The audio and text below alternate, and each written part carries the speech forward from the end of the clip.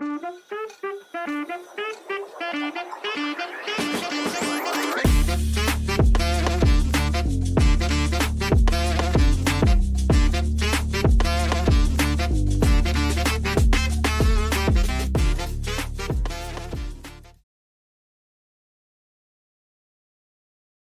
इस वजह से जो मैंने ऑब्जर्वेशंस आपको बताई हैं, ये 5-6 एक एसेंशियल इंग्रेडिएंट्स हैं एक अच्छे सक्सेसफुल लॉयर के पास। लेकिन इसके साथ साथ ये मैं आपको बताता चाहूँ, what works for one does not necessarily work for any other person. ठीक है। Sometimes you are very knowledgeable but you don't have a skill to present that knowledge. बिल्कुल। Sometimes you are very legally equipped but those legal equipment is on unfounded law. Sometimes you're very polite but you're not answering the question put forth by the judge. बिल्कुल। And you think that you're very courageous as long as you are in your law firm or you're on your table, but when it comes to court you hesitate in asking the question. और hesitation से मुझे याद है, मैं आपको अभी तक बताऊं, बड़े से बड़ा लॉयर हो और ख़ास तौर पे एडवोकेसी के ऊपर एस.एम. ज़फ़र साहब की एक बहुत अच्छी किताब अवेलेबल है, how to become competent lawyer. उसके अंदर वो बताते हैं कि अभी भी जब मैं सुप्रीम कोर्ट में, हाई कोर्ट में केस आर्ग्यू करता हूँ तो जो पहले 15-20 सेकंड होते हैं टांगे ऐसी कांप रही होती हैं। आपकी कांपती हैं।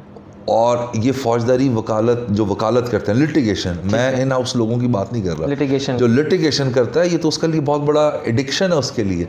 अच्छा, ये एड्रेनलिन रश जो है ना, यही तो, इसी की क्रेविंग तो आपको होती है, ये ड्राइविंग फोर्स। यस, कि जब तक उस I wouldn't say awkward position, लेकिन उस पोजीशन में आने के बाद जो आपका टेक ऑफ है, दैट इज़ समथिंग जो कि एक फौजदारी वकालत की, वकील की रिक्वायरमेंट होती है। अगर वो उसे ना मिले तो वो बिल्कुल ऐसे ही है कि जी मैं ख़त्म हो गया ये वो सारा कुछ। बट हैविंग सेड दैट, ये तो वो बेसिक कुछ फैक्टर्स हैं बिल्कुल जिन्होंने मेरे लिए बहुत रोल प्ले किया मेरी एडवोकेसी के अंदर। जिस तरह जो मैंने आपको बताया कि 4 टियर हैं बेसिकली। जो सबसे बड़ा टियर है, जो कि मैं समझता हूँ बहुत ज़रूरी है, नो दाई क्लाइंट। जब आप नो दाई क्लाइंट की बात करते हैं ना, ये बहुत ज़रूरी है अपने क्लाइंट की साइकी को समझना। ठीक है। क्योंकि उसकी साइकी को समझना आपको केस को प्रेजेंट करने में और केस को आर्ग्यू करने में एक बहुत बड़ा रोल प्ले कर देता है। अच्छा। कैसे? समटाइम्स बहुत वोकल, मैं बिलखुसूस फौजदारी वकालत के डोमेन के अंदर रहते हुए बात करूँगा कि मुकदमे के फैक्ट्स के बारे में जितना बेहतर तरीके से आपके साइल को पता है ना जज साहब को पता होता है, ना सरकारी वकील को पता होता है, ना हम लोगों को पता होता है। ठीक है। सो उसको पेशेंट हेयरिंग देना, और वो जो चाह रहा है कि उसका ये वाला स्टांस रिकॉर्ड पे आना चाहिए, उसको रिकॉर्ड पे लाना। अब यहाँ पे आपने डिसाइड करना होता है कि इसका ये स्टांस इसको फ़ायदा देगा या नुकसान देगा। तो उस स्टेज के ऊपर उस क्लाइंट को कंट्रोल करना कि भाई साहब ये आप जो कह रहे हैं ये हमें, it will haunt us in the future. So इस चीज़ को रिकॉर्ड पे लाए बगैर अगर इसको इस तरीके से लाया जाए तो वो ज़्यादा बेहतर हो सकता है। अब देखो, you are a law graduate, you have the experience, undoubtedly आप उस पेन और सफरिंग में नहीं हो जो वो क्लाइंट है। बिल्कुल। और वो ये समझ रहा है अपनी मंतक और मंशा के अंदर कि ये चीज़ आ जाएगी तो अपोजिट पार्टी की तबाहियाँ हो जाएंगी, जबकि आपको पता है कि वो डैमेज करेगी। इसीलिए यहाँ पे ना वो कहा जाता है, बड़ा फेमस कोटेशन है कि cross examination is an art and the art comes from not asking which can damage to your client. That is very important factor. क्या पूछना नहीं है यहाँ, वरना सब कुछ पूछ रहे होते हैं, क्या पूछना नहीं है इज़ बेसिकली एन आर्ट। और अच्छे फौजदारी वकीलों के आप ज़रा फाइलें निकाल के देखो पुराने, तो ऑकुलर अकाउंट पे एक सफ़े की जरा है। और हमारे यहाँ अब ऐसे भी ट्रायल के लॉयर मौजूद हैं जो रिकवरी के गवाह पे 3 सफ़े की जीरा की होती है। So the basic thing is कि क्या नहीं पूछना, तो क्लाइंट को कंट्रोल करना वकील की जिम्मेदारी है। और जो वकील अपने क्लाइंट को कंट्रोल ना कर सके उसे ऐसे क्लाइंट की वकालत नहीं करनी चाहिए, क्योंकि एक इजी मनी लेने के लिए आपको, यानी आपको उस वक्त फॉर द टाइमिंग फ़ीस अपनी जो है उसको मटीरियलाइज करने के लिए मैं ये कर दूंगा वो कर दूंगा, और जब आप नहीं कर रहे तो वो दोनों क्लाइंट और काउंसिल के दरमियान एक वो एम्बिग्विटी आ जाती है, वो उनके दरमियान एक स्पेस आ जाती है जो नहीं आनी चाहिए। सर इसको हमने पिछली टॉपिक में डिस्कस किया था कुछ वीडियोस में, अब मैं चाहूँगा उसको थोड़ा डिटेल में भी हम डिस्कशन करें। बहुत ज़्यादा क्लाइंट्स ये कंप्लेन भी करते हैं कि उनके लॉयर ने उनको 5-10 मिनट से ज़्यादा टाइम ही नहीं दिया। वकील साहब बहुत बिजी थे, आप ब्रीफ लेकर गए हैं, उन्होंने पढ़ा, उन्होंने कहा छोड़ दो यार मैं खुद ही देख लूँगा, आपकी FIR आ गई है, मैं खुद ही काम विशाल, मैं आपको यहाँ पे बात एक बड़ी ऑनेस्ट कन्फेशन करूँगा, और इससे ये आपके रिव्यूज़ वगैरह जब आएंगे तो आपको अंदाज़ा हो जाएगा। मैं एक ऑनेस्ट कन्फेशन करने लगा हूँ आपके सामने। सर वकालत इस हद तक सैचुरेट हो चुकी है, इस हद तक सैचुरेट हो चुकी है कि अगर कोई बंदा क्लेम करता है ना मैं बहुत बिजी लॉयर हूँ, तो I am sorry, that's not possible now. अच्छा, यानी मुझे बहुत अच्छे तरीके से पता था ये फौजदारी चैम्बर है, और वहाँ पे सिर्फ फौजदारी चैम्बर का काम हुआ करता था। ये दीवानी का चैम्बर है, यहाँ सिर्फ दीवानी का काम हुआ करता था, और बड़े बड़े नाम जो होते थे वो इन चैम्बर से पैदा। ख्वाजा सुल्तान साहब का बहुत बड़ा नाम था, इजाज बटालवी साहब का बहुत बड़ा नाम था, आर अवान साहब का बहुत बड़ा नाम था, अफजाल सिद्दीकी साहब का बहुत बड़ा नाम था। मेरी दीवानी साइड पे प्रैक्टिस नहीं है, बट दीवानी साइड पे बहुत बड़े बड़े, अहमद वहीद खान साहब का नाम है, और बहुत इस तरह के बहुत बड़े बड़े नाम थे। बट अब सिविल चैम्बर फौजदारी वकालत भी कर रहा है, फौजदारी चैम्बर जो है वो दीवानी वकालत भी कर रहा है, और कॉन्स्टिट्यूशनल चैम्बर जो है वो सिविल भी कर रहा है, वो कॉर्पोरेट भी कर रहा है, वो कमर्शियल भी कर रहा है, वो वकालत सैचुरेट हो चुकी भी है। अच्छा, इस सैचुरेशन के साथ ये कहना कि लॉ फर्म्स के अंदर या लॉ चैम्बर्स के अंदर काम का इनफ्लो उस तरह है, मेरे पास तो नहीं है उस तरह इनफ्लो जो मेरे से आज से 5-6 साल पहले था। ठीक है, यानी शायद with the passage of time आप क्वालिटी और पिक एंड चूज़ के ऊपर चले जाते हो, और करियर के शुरू के अंदर जो आ गया बस पकड़ी जाओ, जो आ गया पकड़ी जाओ, शायद ये सिनेरियो था। बट ओवरऑल चूँकि मैं पढ़ाता भी हूँ इंस्टीट्यूशंस के अंदर, और इंटरेक्शंस भी रहती है अपने जो कंटेम्प्रेरी हैं, जो उनसे सुनने को मिलता है इसी तरह ही है। अच्छा, आपने सवाल रेज़ किया कि क्लाइंट ये क्लेम करते हैं कि हमें हेयरिंग नहीं दी गई, पेशेंट हेयरिंग नहीं दी गई, हमें सुना नहीं गया। एक अच्छे फौजदारी वकील या दीवानी वकील की सबसे बड़ा खासा ये होता है कि अपने क्लाइंट को टू इट्स फुलेस्ट सुने। ठीक है, उस सुनने के अंदर 1 घंटा लग सकता है, 2 घंटा लग सकता है, और कभी मेरी इस बात को आप बैठ के मैथमेटिकल कैलकुलेशन करना कि एक फौजदारी मुकदमा है ना, फ़र्ज़ करें बेल है, बिल्कुल 2 हफ्ते के लिए, जिसमें 2 डेटें पड़ेंगी, 3 डेटें पड़ेंगी, 4 डेटें पड़ेंगी। हाई कोर्ट की बेल है, 2 डेटें पड़ जाएंगी, 3 पड़ जाएंगी, सुप्रीम कोर्ट की 1 डेट पड़ जाएगी। जो the amount you charge from your client, उसकी ज़रा मैथमेटिकल कैलकुलेशन करें ना, तो ये हमारे ऊपर सॉलम ड्यूटी बनती है कि आपका क्लाइंट बैठ के 2-2 घंटे भी बोलता रहे तो आप सुने।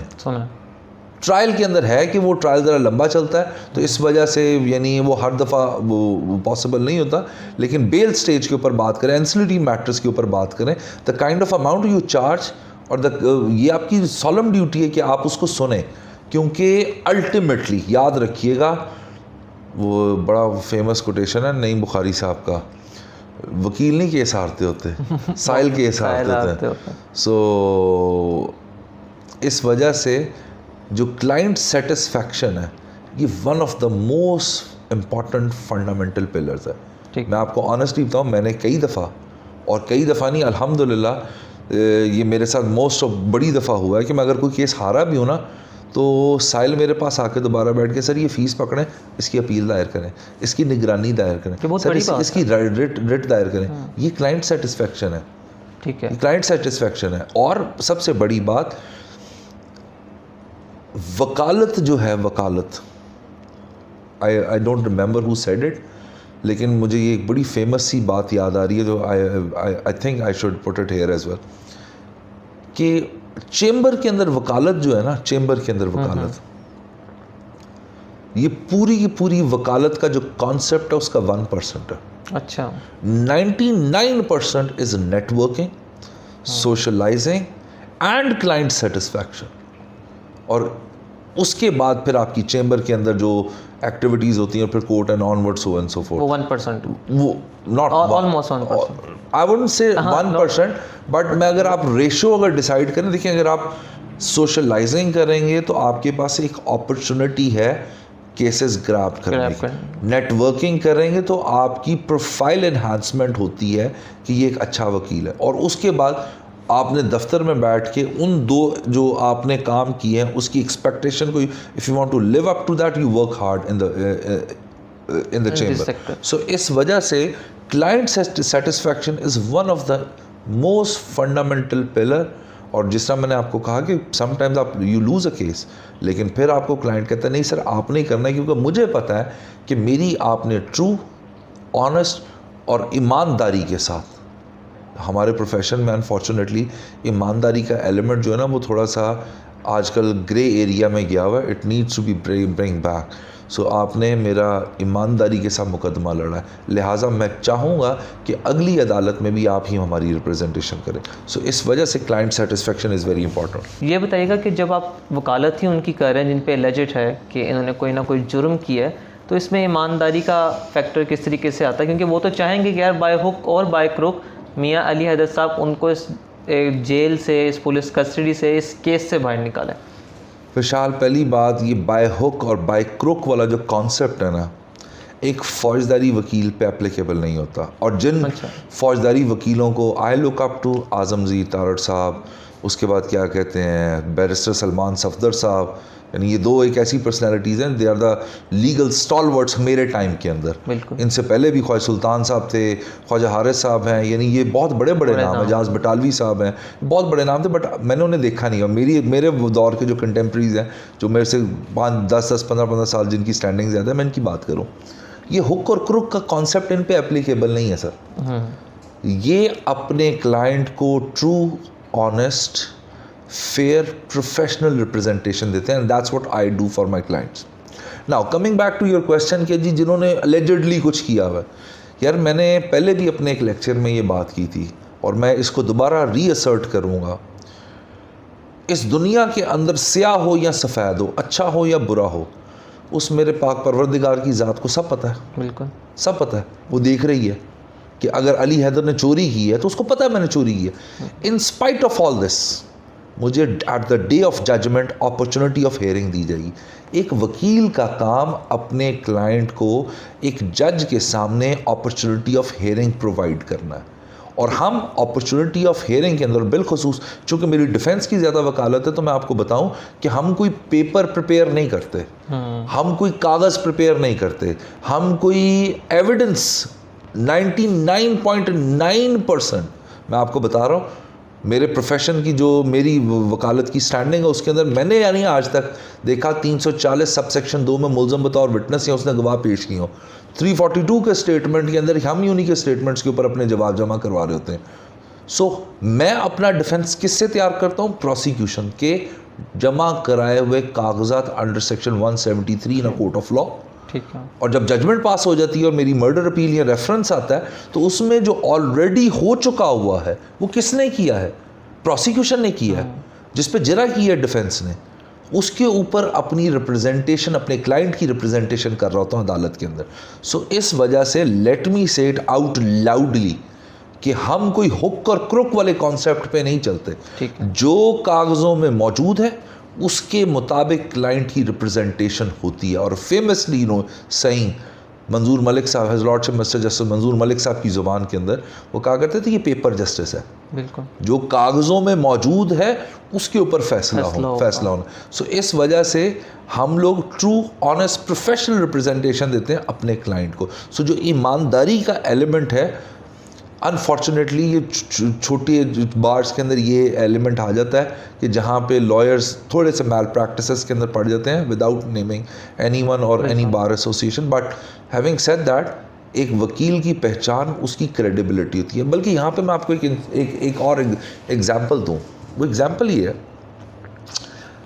इंग्लैंड के अंदर, अमेरिका के अंदर, यूरोपियन कंट्रीज़ के अंदर आपके घर के कागज़, यानी एक एक इंसान के मोस्ट वैल्यूएबल एसेट्स क्या होते हैं? उसके इमूवेबल एसेट्स, बिल्कुल, घर, उसके बाद ज़मीनें, ये तमाम के तमाम कागजात सोलिसिटर्स के पास पड़े होते हैं. They don't keep it with themselves. Why? Because they have a trust on that lawyer. So जो ट्रस्ट का रिलेशनशिप है, unfortunately it is lacking in Pakistan. But does it mean कि all of are like that? No. अभी भी मेरे पास बहुत से valuable documents पड़े होते हैं अपने साइलिन के, और इसी तरह बहुत सारे औरों के पास भी पड़े होते होंगे. सो इस वजह से जो ये बात है, जो एक आपका काउंसिल क्लाइंट ट्रस्ट है, that is the fundamental pillar. इस पे तो सर अस्से से खोसा साहब की वो बात भी याद आ गई जो उन्होंने कॉन्फ्रेंस में की थी कि इंग्लैंड में एक खातून ने अपने जेवर उतारे और रात के टाइम वो जा रही थी और उसने बैरिस्टर के ऑफिस को नॉक किया कि चूंकि आप एक बैरिस्टर हैं, एक लॉ के प्रोफेशन से बिलोंग करते हैं, तो ये मेरी इमानत आपके पास है, मैं सुबह आपसे ले जाऊंगी. तो क्रेडिबिलिटी का तो तयन यहाँ से किया जा सकता है. तो विशाल, आप ये ना समझो कि हमारे यहाँ ऐसे क्रेडिबल लॉयर्स नहीं हैं. बिल्कुल मौजूद हैं ऐसे क्रेडिबल लॉयर्स जिनके ऊपर ब्लाइंड ट्रस्ट होता है. यानी उन्होंने आके अपनी स्टोरी सुनाई, उसके बाद कहा जी सलमान साहब, आज़म साहब, अली साहब, अब हूँ अल्लाह के बाद हमारी रस्सी आपके हाथ में, जो करोगे साडी आमीन है होते थे. इससे बड़ी क्या? ये सर, ये उनका प्रोफेशनलिज्म बोलता है, ये उनकी क्रेडिबिलिटी बोलती है, ये उनकी हार्ड वर्किंग बोलती है, ये उनकी आर्ट ऑफ परसुएशन बोलती है, ये उनकी लॉजिक बोलती है, ये उनकी ईमानदारी बोल रही होती है, जिसकी वजह से क्लाइंट आके इससे आंखें बंद करके करता है. अच्छा सर, इससे बताइएगा, क्योंकि हमारे जो ऑडियंस है यंग लॉयर्स हैं, लॉ स्टूडेंट्स हैं, क्योंकि मैं खुद भी पढ़ाता हूँ, आप भी पढ़ाते हैं, स्टूडेंट्स के माइंड में कई दफ़ा एक सवाल पैदा होता है, वो पूछते भी हैं कि सर हमें इस तरह की हीनियस क्राइम्स में मौजूद जो अक्यूज़ड हैं उनको डिफेंड करना चाहिए, नहीं करना चाहिए. I had few female students who said very openly कि सर हम रेपिस्ट को डिफेंड नहीं करेंगे, हम चाइल्ड मोलेस्टर्स को एलिजिडली जो हैं उनको डिफेंड नहीं करेंगे. सिमिलरली बहुत सारे यंग लॉयर्स भी कहते हैं हमने टेररिज्म के केसेस नहीं पकड़ने, इस तरह के केसेस नहीं पकड़ने. किस हद तक ये बात ठीक है, किस हद तक नहीं ठीक? मैं आपका ओपिनियन इस पे लेना चाहूँगा. अच्छा, ये I have encountered this question many a times, specially graduates coming from a very certain law school. और वो जब भी यहाँ इंटर्न्स आते हैं उस लॉ स्कूल से मेरे पास, तो उनका सबसे पहला ये सवाल होता है कि ये, और मैं उनको उनके इस प्रोफेशन के अंदर इंटरेस्ट, उनका शौक़ और इस चीज़ को चेक करने के लिए सबसे पहले 376 की फ़ाइल रखता हूँ उनके सामने. बिल्कुल, हमारे क्लाइंट्स के लिए बताते भी जाएंगे 376 इट्स पनिशमेंट फॉर रेप. बिल्कुल, 376 की 377 की फ़ाइल उनके सामने रखता हूँ कि ये ज़रा फ़ाइल पढ़ो, ये बताओ आप, ये हम केस, आपने ये केस करना है इसके अंदर. और उस फाइल को ज़रा सी FIR पढ़ने के बाद वो हाथ, सर हम नहीं कर सकते, it's against our principles, it's against our morals and we can't do it because it's wrong. That's how they will, say it.